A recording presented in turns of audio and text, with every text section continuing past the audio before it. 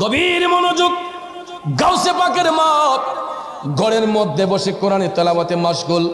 গাউসে পাক মায়ের গর্ভের মধ্যে। বাবা মুসা জঙ্গি সফরের অবস্থায় হঠাৎ করে দেখা যায় বাড়ির সামন দিয়ে ভিক্ষুক ভিক্ষার জন্য হাঁক দিচ্ছে। হঠাৎ করে দেখা যায় ভিক্ষুক দরজায় দরজায় আসতে আসতে হুজুর গাউসে পাকের বাড়ির দরজার মধ্যে আইসা নক করতেছে। দরজার মধ্যে যখন নক করতেছে ভিক্ষার জন্য, ভিতর থেকে একজন খাদেমা মহিলা তিনি আওয়াজ দিলেন, আল্লাহর হস্তে ক্ষমা করেন, আমাদের বাড়ির ভিতরে কোনো পুরুষ লোক নাই। কি নাই? এই কথা যখন ভিক্ষুকে জানতে পারলো তখন তার নজর খারাপ হইয়া গেছে।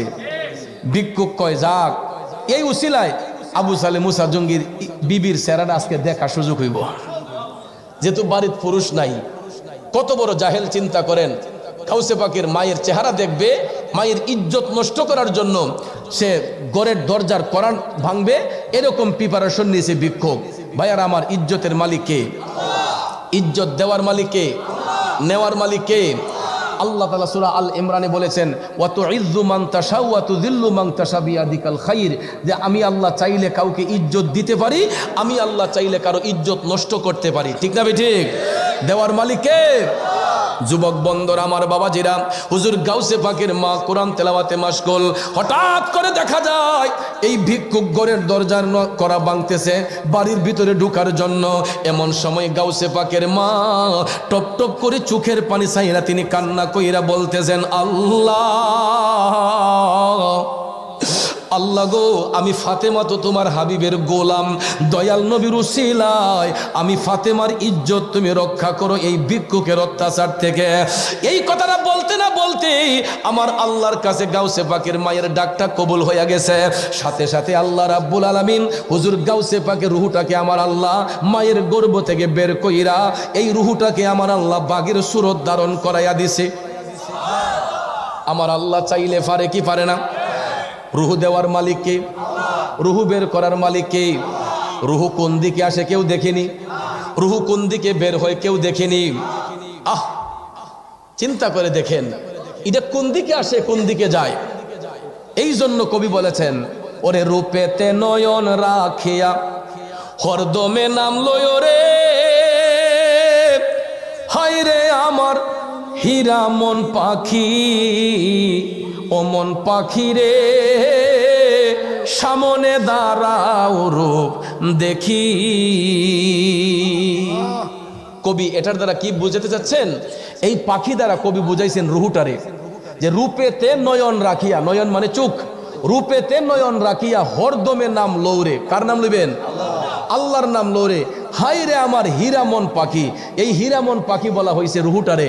হায় রে আমার হীরামন পাখি, ও মন পাখি রে সামনে দাঁড়াও রূপ দেখি। যে একবার তুমি দাঁড়াও না, তুমি কেমন আমি দেখতাম, কারণ রুহুরে তো কেউ দেখে না, রুহুর ধরনটা কেমন। কবি এটাই বললেন যে ও মন পাখি রে সামনে দাঁড়াও রূপ দেখি, তোমার রূপটা কেমন আমি তো জানি না, কারণ রুহুটা সৃষ্টি করেছেন কে? রুহুর সৃষ্টিকারী আমার আল্লাহ। এটা কোন দিকে বান্দার ভিতরে ঢুকে কোন দিকে বের হয় এটা কেউ পৃথিবীর কেউ বলতে পারবে না। যদি বলতে পারতো তাহলে তো সে নিজেই খোদা হয়ে যাইত। কথা কোন ঠিক না ঠিক? এই জন্য আমার ভাইয়েরা, আল্লাহ চাইলে রুহু বের করতে পারেন, আল্লাহ চাইলে রুহু আবার পুনরায় ভিতরে দিতে পারেন। গাউসে পাকে রুহুটারে আমার আল্লাহ মায়ের গর্ভ থেকে বের করাইয়া বাগের সুরত ধারণ করাইয়া ভিক্ষুকরে যখন একটা থাবা মারাইছে গো, এই ভিক্ষুকে একটা দৌড় এখান থেকে পলায়ন করছে। ভাইয়ার আমার, বন্ধুরা আমার, গাউসে পাকের মায়ের ইজ্জত রক্ষা হয়ে গেছে। আবার আল্লাহ তাআলা গাউসে পাকের রুহুটাকে মায়ের গর্ভে দান কইরা দিছে। এখন এই রুহুটা যে গাউসে পাকের প্রমাণ দিয়েছেন আমার গাউসে পাক নিজে।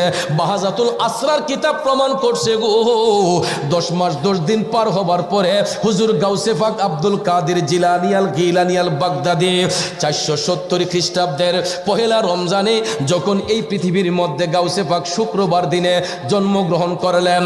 আমার গাউসে পাক আগমন করার পরে গো, কি বলবো দেখেন, গাউসে পাকের জন্মটা একটা কারামত।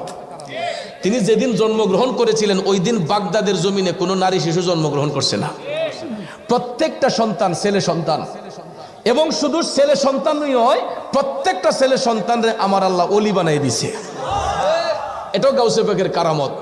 তারপরে ভাইয়ার আমার গাউসে পাকের বয়স যখন বাড়তে লাগলো, দিন যায় রাত যায়, দিন যায় রাত যায়, যাইতে যাইতে যাইতে গো হুজুর গাউসে পাকের বয়স যখন 2 থেকে 2.5 বছর হলো। সাধারণত এই বছরের বাচ্চারা মায়ের স্তন থেকে দুধ পান করে, 2-2.5 বছর পর্যন্ত বাচ্চারা মায়ের দুধ খায়, কথা কোন ঠিক না? গাউসে পাক আব্দুল কাদের জিলানীর বয়স 2 থেকে 2.5 বছর। মা উম্মুল খায়ের ফাতেমা সাংসারিক কাজ করতেছেন, মা উম্মুল খায়ের ফাতেমা সাংসারিক কাজ করতেছেন। হঠাৎ করে গাউসে পাক মায়ের পিছনে খেলাধুলা করতেছেন, হাঁটাচলা করতেছেন। এমন সময় দেখা যায় গাউসে পাক যখন দৌড়াদৌড়ি করতেছেন, মায়ের কাজের মধ্যে একটু ব্যাঘাত ঘটছে। হঠাৎ করে গাউসে পাকের মা গাউসে পাককে একটা ধমক মারছেন, হে আব্দুল কাদের চুপ করো, তুমি বেশি যন্ত্রণা করতেছো। আল্লাহু আকবার। গাউসে পাকের মা একটা ধমক মারলেন গাউসে পাকরে, যে আব্দুল কাদের তুমি চুপ করো, বেশি ডিস্টার্ব করতেছো। ভাইয়ার আমার, আমাদের মারও দেখবেন বাচ্চাদেরকে মাঝে মাঝে ধমক দেয়, হঠাৎ করে দেখবেন আসারও মেরে দেয়। এরপরে বাচ্চা যখন কান্দে দেখবেন আবার ওই মা ওই গিয়া টান দিয়ে কুলো লয়, কথা কোন ঠিক না? এটা হলো মায়ের আদর। মা একবার শাসন করবে আর একবার সোহাগ করবে, কথা কোন ঠিক কিনা? কিন্তু মাকে কখনো শত্রু মনে করবেন না।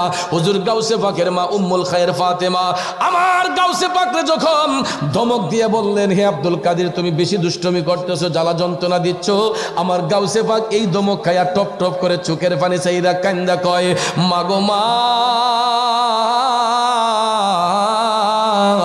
আমি আব্দুল কাদের একটু খেলাধুলা করতে যে আপনার সহ্য হইল না। আমি আব্দুল কাদের যদি আপনার গর্বে না আসতাম, ওই দিন তো আপনার ইজ্জত রক্ষা হইতো না। মা ডাক দিয়া কই, আব্দুল কাদের, ও আব্দুল কাদের, তুমি আমার ইজ্জত রক্ষা করলা কেমনে?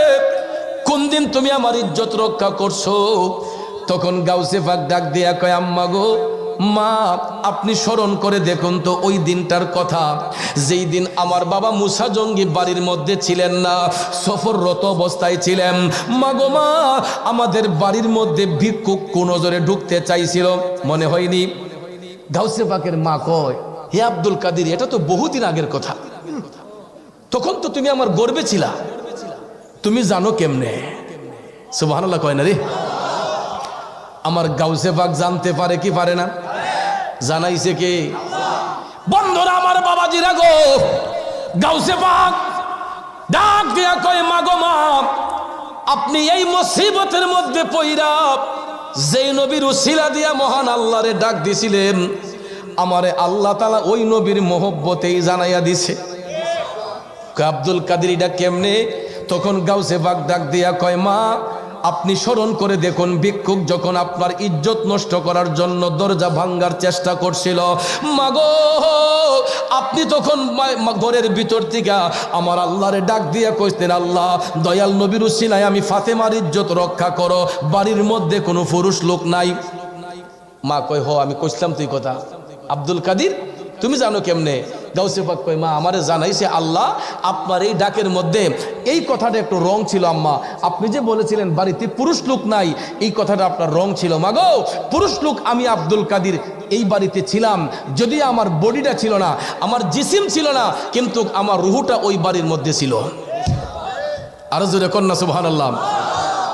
अरे बदलो मेरी भी तकदीर, बदलो मेरी भी तकदीर, गौसुल आजम दोस्तों गिर सुन लो ए पीरों के पीर, गौसुल आजम दोस्तों गिर सुन लो ए पीरों के पीर, गौसुल आजम दोस्तों गिर। কষ্ট হচ্ছে আমার বাবাজিরা। গাউসে পাক ডাক দিয়া কয়, মাগো মা, ও দরদি মা, ভিক্ষুক যখন আপনার ইজ্জত নষ্ট করতে চাইছিল, আপনি যখন আল্লাহরে ডাক দিছিলেন, ওই ডাকটারে আমার আল্লাহ কবুল কইরা প্রমাণ করছে, বাড়ির মধ্যে পুরুষ আমি আব্দুল কাদের ছিলাম, যদি আমার বডি ছিল না, আমার রুহুটা ছিল গো মা, আল্লাহ তাআলা আপনার গর্ভ থেকে আমি আব্দুল কাদেরের রুহুটাকে বের করে দিয়া এই রুহুটারে আল্লাহ বাঘের সুরত ধারণ করাইয়া দিছে। তখন মায়ের মনে হইল যে আসলে তো ঠিক, আমি তো তখন দেখেছিলাম কোথা থেকে যেন একটা বাঘ আইসা ভিক্ষুকরে থাবা দিয়া আবার মুহূর্তের মধ্যে উদয় হয়ে গেছে। গাউসে বাঘ ডাক দিয়া কয়, মা, ওই রুহটাই ছিল আপনার সন্তান আমি আব্দুল কাদের জিলানীর। আরো জোরে জোরে কন্যা সুবহানাল্লাহ। এই জন্য আশেক কয় গাউসুল আজম লাসানি আব্দুল কাদের জিলানী, গাউসুল আজম লাসানি আব্দুল কাদের জিলানী। ভণ্ডরা করুক যতই ভণ্ডামি, শত্রুরা করুক যতই দুশমনি, তুমি গাউসুল আজম লাসানি হে আব্দুল কাদের জিলানী, হে আব্দুল কাদের জিলানী। গাউসুল আজম লাসানি আব্দুল কাদের জিলানী, গাউসুল আজম লাসানি আব্দুল কাদের জিলানী। খারাপ লাগতেছে আমার বাবাজিরা, বন্ধুরে, রাত কি রাত চলে যাবে, আমার গাউসে পাকের কারামত বইলা শেষ করা যাবে না। এ বন্ধুরা, আমার বাবাজিরা, দেখেন গাউসে পাক মায়ের গর্ভে থাকা অবস্থায় কারামতের অধিকারী, দুনিয়াতে আসার পরে শিশুকালে আমার গাউসে পাকের কারামতের অধিকারী, আমার গাউসে পাক কিশোর বয়সে কারামতের অধিকারী, যৌবন বয়সে কারামতের অধিকারী, বৃদ্ধকালে গাউসে পাক কারামতের অধিকারী, দুনিয়া ছেড়ে কবর দেশে গিয়াও আমার গাউসে পাক কারামতের অধিকারী। কথা কোন ঠিক কিনা? আব্বাজি, আমার গাউসে পাক কেমন গাউসে পাক বাহাজাতুল আসরার কিতাবে এটাও প্রমাণ করছে। আমরা অনেক সময় রুগী দেখতে যাই না? রুগী দেখতে যাওয়া এটা সুন্নত। আমার রসুল বলছেন, কোনো মানুষ যদি অসুস্থ হয়, রোগ ব্যাধিতে আক্রান্ত হয়, তোমরা পবিত্রতা হাসিল করে রুগীর পাশে গিয়া তাকে সান্ত্বনা দেও। এটা মনে রাখবেন, রুগী দেখতে যদি কেউ যান, অজু করে যাবেন, এটা নবীর সুন্নত। রসুল বলছেন তোমরা পবিত্রতা অর্জন করো, আত্মহুরু শাত্রুল ইমান, পবিত্রতা হইছে ইমানের অঙ্গ। এই জন্য রসুল বলেছেন যে তোমরা যখন কোনো রুগীর পাশে যাইবা, অসুস্থ রুগীর কাছে যখন যাইবা, তোমরা অজু সহকারে ওই রুগীর পাশে যাও, পবিত্র হয়ে যাও, যাতে করে তোমাকে দেখলে ওই ব্যক্তির একটা ফ্রেশনেস, তোমার একটা ফ্রেশনেস ভাব দেখে, তোমার রূপের উজ্জ্বলতা দেখে রুগীর মধ্যে একটা স্বস্তি ফিরে আসে। কথা কোন ঠিক না বেঠিক? দেখবেন যদি ক্যান্সার রুগী হয়, আলসার রুগী হয়, যদি রুগীর পাশে যদি স্বজনরা থাকে, রুগী অর্ধেক সুস্থ হইয়া যায়। তারপরে দুনিয়ার কোনো ভালোবাসার মানুষ, বন্ধু বান্ধব রুগীর পাশে গেলে দেখবেন কয়, ভাই আপনার এদিককে আমার মনটা অনেক সুস্থ হয়ে গেছে গা, আমার শরীর রিফাত হয়ে গেছে গা, এরকম বলেন অনেকে। রুগী দেখা এটা সুন্নত, রসুলের সুন্নত। আমার গাউসে পাক আব্দুল কাদের জিলানী আল গিলানী, ওনার এলাকার মধ্যে একজন অসুস্থ রুগী ছিলেন। গাউসে পাক ওনাকে দেখার জন্য ওনার বাড়ির উদ্দেশ্যে রওনা হইলেন। সুবহানাল্লাহ কোন। আমার গাউসে পাক খবর পাইলেন লোকটা অসুস্থ।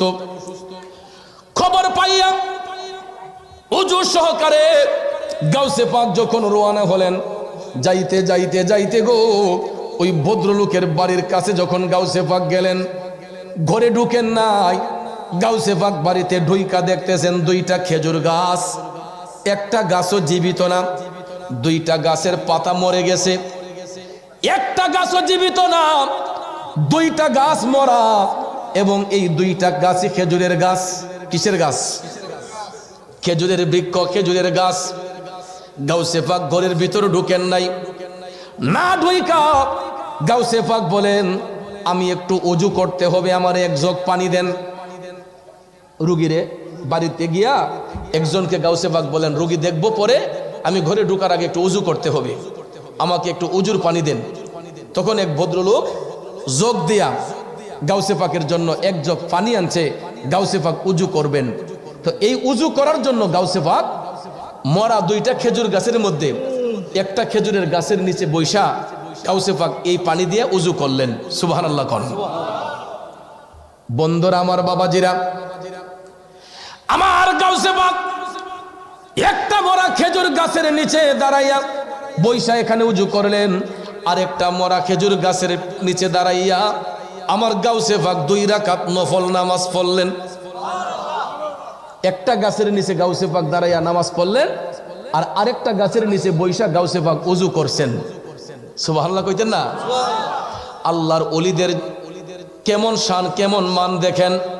হুজুর গাউসে পাক যেই জায়গার মধ্যে বৈশা উযু করলেন, দেখা যায় যেই জায়গাতে নামাজ পড়লেন, নামাজ শেষ করে গাউসে পাক রুগী যখন দেখতে গেলেন, রুগীর পাশে যাইয়া হুজুর গাউসে পাক আব্দুল কাদের জিলানী তাকে সান্ত্বনা দিচ্ছেন, ওই অসুস্থ রোগীর পাশে যাইয়া খেদমত করতেছেন। করার পরে গাউসে পাক বললেন, যদি আল্লাহ সুস্থ করে আপনি আমার সাথে বাড়িতে যাইয়া দেখা করে আসবেন, আমার বাড়িতে দাওয়াত রইল। গাউসে পাক রোগীরে দাওয়াত করে গেলেন। আব্বাজির আমার, হুজুর গাউসে পাক বাড়ি থেকে বের হওয়ার সাথে সাথে দেখা যায় সকালবেলা গাউসে পাক উজু করলেন, নামাজ পড়লেন, বিকালবেলা দেখা যায় ওই খেজুর গাছের পাতাগুলা আস্তে আস্তে সবুজ হতে লাগছে। আল্লাহর ওলিদের ওসিলায় আমার আল্লাহ মরা গাছও ফুল ফুটাইতে পারে কি পারে না? কথা কোন পারে কি পারে না? এ বন্ধু, সত্যি সত্যি দেখা যায় পরের দিন সকাল হতে না হতেই দেখা যায় খেজুর গাছের মরা পাতাগুলা জিন্দা হয়ে গেছে। এইগুলা খেজুর গাছের পাতাগুলা সবুজ রং ধারণ করছে। পরের দিন দেখা যায় এক সপ্তাহের ভিতরে ওই গাছের ভিতর থেকে কলি বের হয়েছে। খেজুরের কলি বের হইয়া দেখা যায় দুইটা গাছের মধ্যে খেজুরের এমনভাবে ধরেছে, সিজনেও এমন খেজুর গাছের মধ্যে ধরে না। প্রত্যেকটা জিনিস একটা মৌসুম আছে, আছে না? তো খেজুরের একটা মৌসুম আছে। আরব দেশে কিন্তু সবসময় খেজুর হয় না, বৎসরে একবার খেজুরের মৌসুমে খেজুর হয়। কিন্তু গাউসে পাকের কারামত হলো এটা আনসিজনে গাউসে পাক এই গাছের নিচে দাঁড়াইয়া উজু করার কারণে দেখা যায় হুজুর গাউসে পাকের কারামতের শক্তির বলে আল্লাহ তাআলা এই মরা গাছের মধ্যে ফুল ফুটাই দিছে। দেখা যায় দুইটা গাছের মধ্যে এক সপ্তাহের মধ্যে খেজুর দইরা গাছের খেজুর পাইকাও গেছে। এটাই আমার গাউসে পাকের কারামত। খেজুর এক সপ্তাহের ভিতরে গাছের মধ্যে দইরা পাইকাও গেছে। এই পাকা খেজুরগুলা ওই ভদ্রলোক এক সপ্তাহের ভিতরে তাও সুস্থ হইয়া এক সপ্তাহ পরে ওই লোক কয়, যার উসিলায় আমি খেজুর পাইলাম, যার উসিলায় আমার ফসলের বরকত পাইলাম, তাকে তো আগে ফলটা খাওয়াইতে হয়, ঠিক না? ঠিক। তো আমরা দেশে দেখবেন ফতুয়ার অভাব নাই, যে আমরা অনেক সময় গাছের একটা নতুন জিনিস, জমিনের একটা ফসলের আগ জিনিস, এটা মুর্শিদের বাড়িতে লইয়া যায়, যায় না? অনেকে গাছের মধ্যে ফল ধরছে, কয় না আমার ফিসা বুজুরে না খাওয়াই এই ফল আমি খাইতাম না। অনেক আসেনি ভাইয়ার আমার, বন্ধুরা আমার, এটা কিন্তু খারাপ জিনিস না। হ্যাঁ, অবশ্যই আপনার মা বাবাকে খেদমত করবেন, তাদের ভরণ পোষণ করবেন, তাদেরকে খাবার দাবার দিবেন। হক্কানি পীর মাশায়েখরা কারো খাবারের পাগল হয় না, কিন্তু আপনার জমিনের আখ ফসলটা, গাছের ভালো জিনিসটা আপনি যখন আপনার পীর মুর্শিদের জন্য যখন এটা আলাদা করে নজরানা স্বরূপ নিয়ে যাবেন, এই উসিলায় আল্লাহ রাব্বুল আলামিন আপনাকে 3 গুণ বাড়াইয়া দান করবে। কারণ দানে দান বৃদ্ধি হয়, দানে সম্পদ পবিত্র হয়। আল্লাহর ওলি নাইবা রাসূলদেরকে হাদিয়া তোহফা দিলে, দান খয়রাত করলে আপনার আমার সম্পদ কমবে না। আপনারা তো অনেকে মনে করতে পারেন যে হুজুর আপনি কি ফাওয়ার লেগে এটা কইতেছেন? না রে বাবা, কারণ পীর মাশায়েখের ঘরের খাবারই কত হাজার হাজার মানুষে খায়, কথা কোন ঠিক না ঠিক?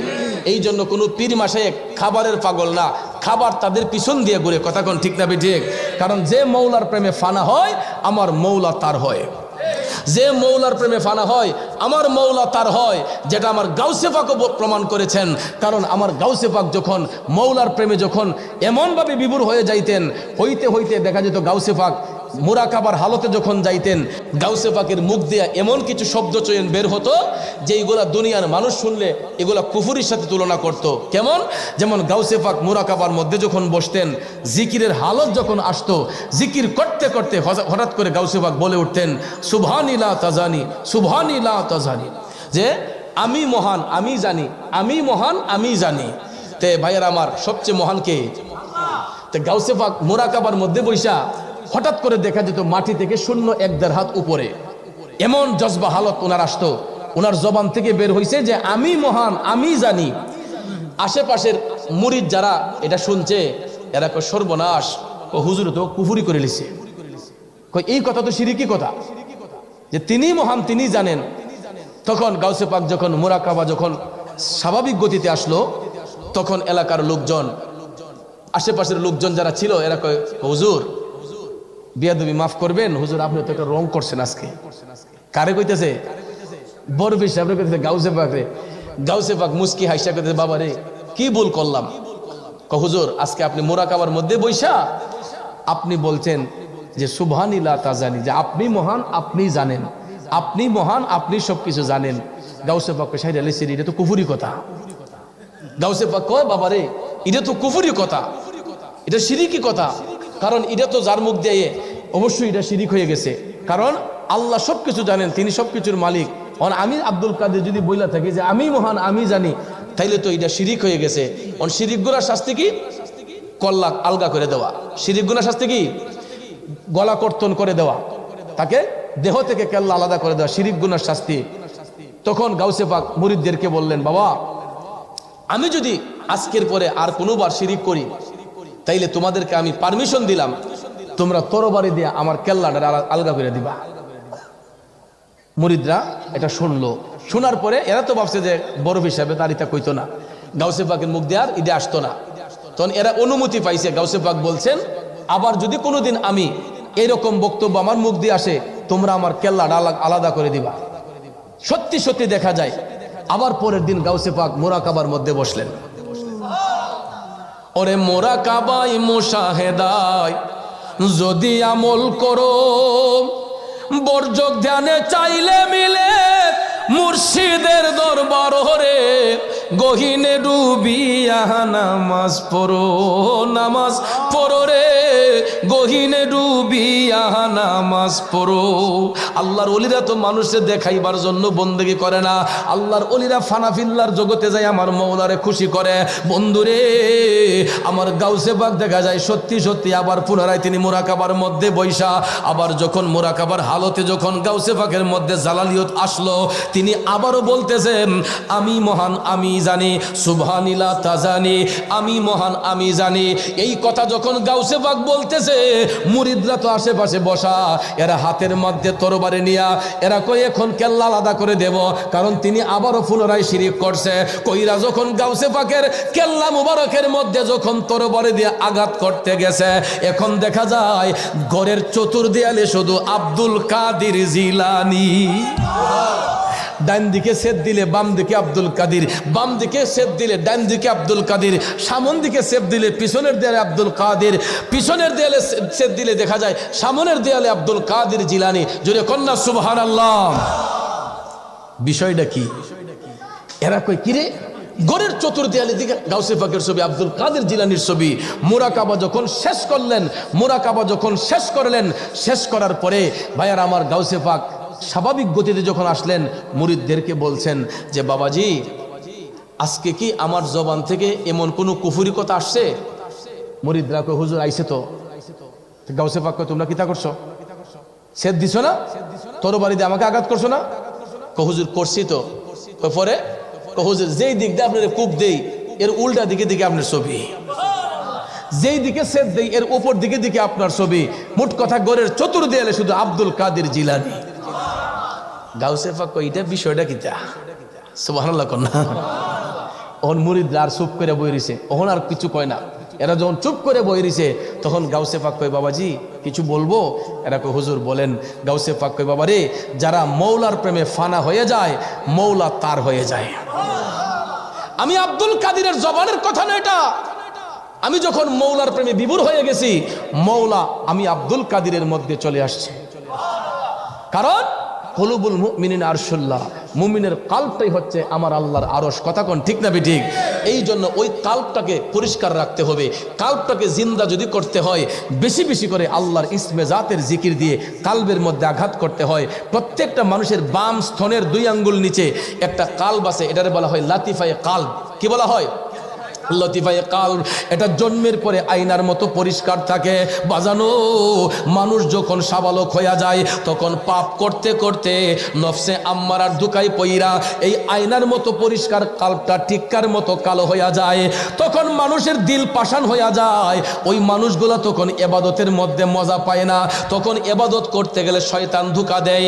এই জন্য শায়েখগণ বলছেন, সুফি সাধকগণ বলছেন, লোহের মধ্যে জং ধরলে হাতুড়ি দিয়ে বাড়ি দিলে যে যেই রকম লৌহের জং দূর হয়, আল্লাহ আল্লাহ শব্দ বইলা কালবের মধ্যে যখন আঘাত করা হয়, ওই কালটা অন্ধকার কালবটা টিক্কার মতো কালবটা তখন আয়নার মতো পরিষ্কার হয়।